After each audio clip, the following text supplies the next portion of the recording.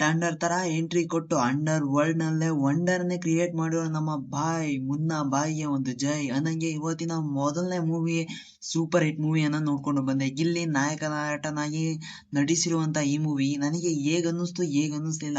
ಅಷ್ಟಕ್ಕೂ ವರ್ಕೌಟ್ ಆಯ್ತಾ ವರ್ಕೌಟ್ ಆಗಿಲ್ವಾ ಅಂತ ನಾನು ಈ ರಿವ್ಯೂ ಅಲ್ಲಿ ಪೂರ್ತಿಯಾಗಿ ಹೇಳ್ತೀನಿ. ಯಾಕಂತಂದ್ರೆ ಇದು ನಮ್ಮ ಗಿಲ್ಲಿ ನಾಯಕ ನಟನಾಗಿ ಮೊಟ್ಟ ಮೊದಲು ನಟಿಸಿರುವಂತ ಮೂವಿ. ನನಗೆ ಈ ಮೂವಿಗಳಲ್ಲಿ ನನಗೆ ಬಹಳ ಇಷ್ಟ ಆಗಿದ್ದು ಅಂದ್ರೆ ಪಂಚಿಂಗ್ ಡೈಲಾಗ್ಸ್ ಸಿಕ್ಕಾಪಟ್ಟೆ ಇದಾವೆ. ಒಂದ್ ಕಾಲಲ್ಲಿ ಚಪ್ಲಿ ಹಾಕೊಂಡು ಇನ್ನೊಂದ್ ಕಾಲಲ್ಲಿ ಶೂನ ಹಾಕೊಂಡು ನಡ್ಕೊಂಡು ಹೋಗಕ್ ಆಗಲ್ಲ. ಅದೇ ರೀತಿ ಇಷ್ಟವಿಲ್ಲದೆ ಇರೋ ಹುಡುಗನ ಜೊತೆ ಹುಡುಗಿ ಸಂಸಾರ ಮಾಡೋದಕ್ಕೆ ಆಗಲ್ಲ ಅಂತ ಈ ತರ ತುಂಬಾನೇ ಡೈಲಾಗ್ಗಳು ಇದಾವೆ. ನಂಗೆ ಕಥೆಯ ವಿಚಾರಕ್ಕೆ ಬಂದ್ರೆ ಒಂದು ಕಾರ್ ಕಳ್ತನ ಆಗುತ್ತೆ, ಮತ್ತೆ ಇನ್ನೊಂದು ಕಿಡ್ನಾಪ್ ಕೂಡ ಆಗೋಗುತ್ತೆ. ಇವೆರಡು ಕಥೆಗಳು ಕೂಡ ಕೋರ್ಟ್ಗೆ ಹೊಂಟೋಗುತ್ತೆ.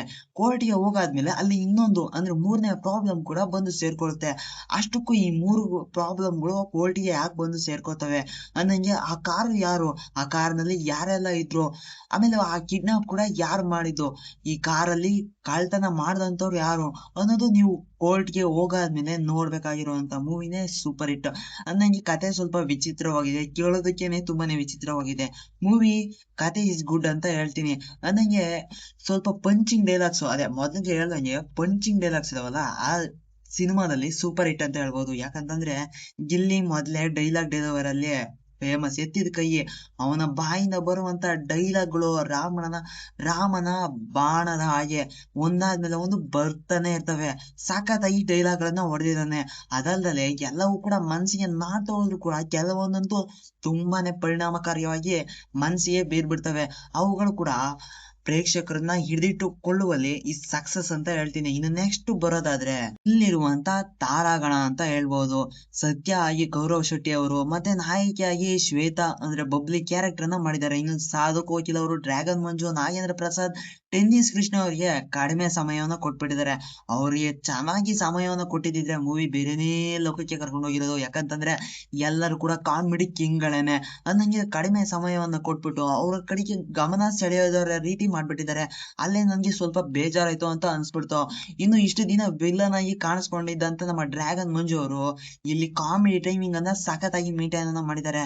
ಅವ್ರು ಬಂದು ಹೋಗುವಂತ ಸೀನ್ ಗಳಲ್ಲಿ ಇಸ್ ಗುಡ್ ಅಂತ ಹೇಳ್ತೀನಿ. ಯಾಕಂತಂದ್ರೆ ಆ ಕಾಮಿಡಿ ಟೈಮಿಂಗ್ ಇದೆಯಲ್ಲ, ಕ್ಯಾರಿನ ತುಂಬಾನೇ ಚೆನ್ನಾಗಿನೇ ಮಾಡಿ ಕೊಟ್ಟಿದ್ದಾರೆ ಅಂತ ಹೇಳ್ಬೋದು. ಇನ್ನು ನೆಕ್ಸ್ಟ್ ಬರೋದಾದ್ರೆ ನಮ್ಮ ನಾಯಕ ನಟ ಗಿಲ್ಲಿ ಅವರು. ಇವ್ರ ಬಗ್ಗೆ ಏನೋ ಹೇಳೋದಕ್ಕೆ ಸಾಧ್ಯ ಇಲ್ಲ. ಬಿಗ್ ಬಾಸ್ ವಿನ್ನರ್ ಆದ್ಮೇಲಂತೂ ಸಿಕ್ಕಾಪಟ್ಟೆ ಲೀಡಲ್ಲಿದ್ದಾರೆ ಬಿಡಿ ಇವರು.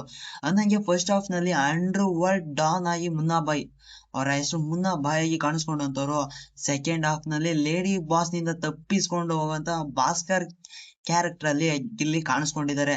ಗಿಲ್ಲಿ ಅವರ ಡೈಲಾಗ್ ಡೆಲಿವರಿ ಇಸ್ ಅದ್ಭುತ ಅಂತ ಹೇಳ್ತೀನಿ. ಅವರ ಪರ್ಫಾರ್ಮೆನ್ಸ್ ಕೂಡ ಎರಡು ಮಾತಿಲ್ಲ ಗುರು, ತುಂಬಾನೇ ಚೆನ್ನಾಗಿನೇ ಪರ್ಫಾರ್ಮೆನ್ಸ್ ಅನ್ನ ಮಾಡಿದ್ದಾರೆ. ಅಂದಂಗೆ ಅದೇ ಪೂರ್ತಿ ಮೂವಿ ಕಾರಲ್ಲೇನೆ ಹೊರಟೋಗಿದೆ, ಅಂದ್ರೆ 3/4% ಮೂವಿ ಕಾರಲ್ಲೇನೆ ಮಾಡಿದ್ದಾರೆ. ಇಷ್ಟು ಚೆನ್ನಾಗಿ ಮಾಡಿದ್ದಾರೆ, ಒಂದು ಹೊಸ ಕಾನ್ಸೆಪ್ಟ್ ಅಂತ ಅನ್ಸುತ್ತೆ. ಯಾಕಂತಂದ್ರೆ ರ್ಯಾಂಬೋ 2 ಬಿಟ್ರೆ ಕಾರ್ನಲ್ಲಿ ಪ್ರಯಾಣ ಮಾಡೋದು ನೆಕ್ಸ್ಟ್ ಈ ಮೂವಿನೇ ಆ ಸಾಲಲ್ಲಿ ಹೋಗಿ ನಿಂತ್ಕೊಳ್ಳುತ್ತೆ. ಗುಡ್ ಅಂತ ಹೇಳ್ತೀನಿ. ಇನ್ನು ಟೆಕ್ನಿಕಲ್ ಆಗಿ ಮೂವಿ ಚೆನ್ನಾಗಿನೇ ಮೂಡಿ ಬಂದಿದೆ. ಕೆಲವೊಂದು ಸೀನ್ಗಳು ಲವಲವಿಕೆಯಿಂದ ಕೂಡಿದ್ರು ಕೂಡ ಆ ಕಾರಿನ ವೇಗಕ್ಕೆ ಅದು ಟಚ್ ಆಗೋದಿಲ್ಲ. ಬಟ್ ಅಲ್ಲಿ ಸ್ವಲ್ಪ ಬೇಜಾರಾಗುತ್ತೆ. ಕೆಲವೊಂದು ಡೈಲಾಗ್ಗಳು ಕಿಕ್ಕನ್ನ ಕೊಡ್ತವೆ, ಬಟ್ ಇನ್ ಕೆಲವುಗಳು ಆ ಸನ್ನಿವೇಶಕ್ಕೆ ಅವು ಬೇಕಾಗಿರ್ಲಿಲ್ಲ ಅಂತ ಅನ್ಸುತ್ತೆ ಕೂಡ. ಇನ್ನು ಗಂಭೀರವಾದಂತ ಸೀನ್ಗಳಿದಾವಲ್ಲ, ಅವು ಕೆಲವೊಮ್ಮೆ ಬೇಜಾರನ್ನ ತರಿಸುತ್ತೆ. ಬಟ್ ಈಸ್ ಗುಡ್, ಪರವಾಗಿಲ್ಲ, ನಡೆಯುತ್ತೆ ಅಂತ ಅನ್ಕೊಂಡಿದೀನಿ. ನಂಗೆ ನಾಗಾರ್ಜುನ ಅವರ ಕ್ಯಾಮರಾ ವರ್ಕ್ ಇಸ್ ತುಂಬಾನೇ ಚೆನ್ನಾಗಿದೆ. ಕಾರ್ನಲ್ಲಿ ಹೋಗುವಂತ ಶೂಟ್ ಅನ್ನ ಮಾಡಿದಾರೆ ಅಂದ್ರೆ ಇಸ್ ಗುಡ್ ಅಂತ ಹೇಳ್ತೀನಿ. ನಂಗೆ ಚಿತ್ರಕಥೆಗೆ ಬ್ಯಾಕ್ ಗ್ರೌಂಡ್ ಸ್ಕೋರ್ ಇದೆಯಲ್ಲ, ಅದು ತುಂಬಾನೇ ಚೆನ್ನಾಗಿದೆ. ಅದೆಲ್ಲ ಕೂಡ ನಿಮ್ಗೆ ಬೇಜಾರನ್ನ ಮಾಡ್ಸೋದಿಲ್ಲ, ಇಸ್ ಗುಡ್ ಅಂತ ಹೇಳ್ತೀನಿ. ಅದಾದ್ಮೇಲೆ ಇನ್ನು ನೆಕ್ಸ್ಟ್ ಬರೋದಾದ್ರೆ ಇಲ್ಲಿನ ಚಿತ್ರಕಥೆ ಇದೆಯಲ್ವಾ, ಅದು ಇನ್ನೊಂದ್ ಚೂರು ಸ್ವಲ್ಪ ಚುರುಕಾಗಿದ್ರೆ ಮೂವಿ ಬೇರೆ ತರನೇ ಇರೋದು.